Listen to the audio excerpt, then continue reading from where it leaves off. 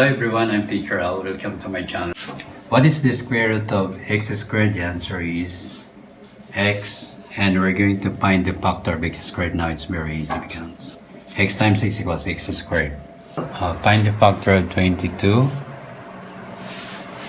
1 times 22, then 2 times 11. If we will add 2 plus 11 equals 13. So possible na.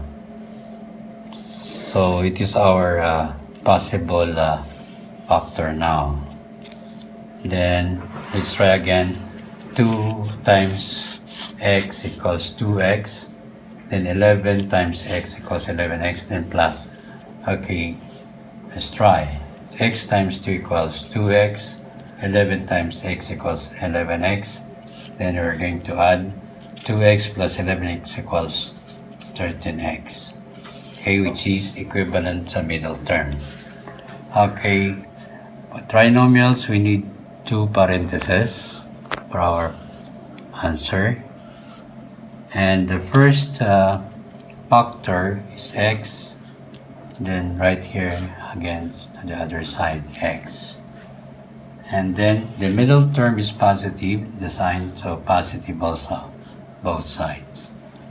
And then this one, the factor is 2 right here, and the other one at the other side, parentheses. Then if we're going to check, x times x equals x squared, x times x equals 11x, 2x equals 13x. Okay, that will be our final answer. So let us check. X plus 2, then x plus 11, multiply. X times x equals x squared, x times 2 equals positive 2x, 11 times x equals positive 11x, then 11 times 2 equals positive 22, then we're going to add x squared, then plus 2 plus 11 equals 13x, then bring down 22. So this would be equivalent to the given. Okay, our answer now is correct. Okay, number 2. 21 is not a perfect square, but per x squared is a perfect square.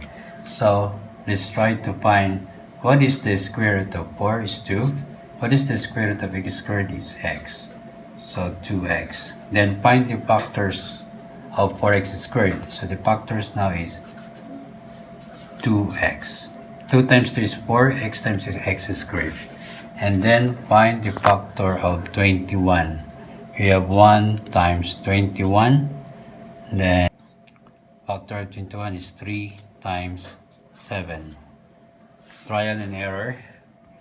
2x times 3 equals 6x. 7 times 2x equals 14x. Kulang siya pag pinag-plus natin. So, this one, 21 plus 1, 13 lang. So, kulang din. So, we have to look for another factor. Let's try here again. Here. 4 and x. 4x times 6 equals 4x squared. Then, 7 times 4x equals 28 plus 3 equals 31. So possible now. This one is possible factors. Okay. This is a trial and error. Our first is 4x. Then the other one factor is here to the other parentheses. Then since the middle term is negative, our sign here is negative also here. Then if we were going to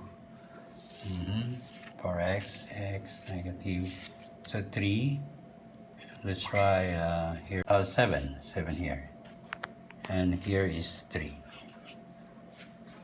So let's try again to check. So 4x negative 7 times x negative 3. 4x equals 4x squared, then negative 7x equals 12x negative equals positive 21.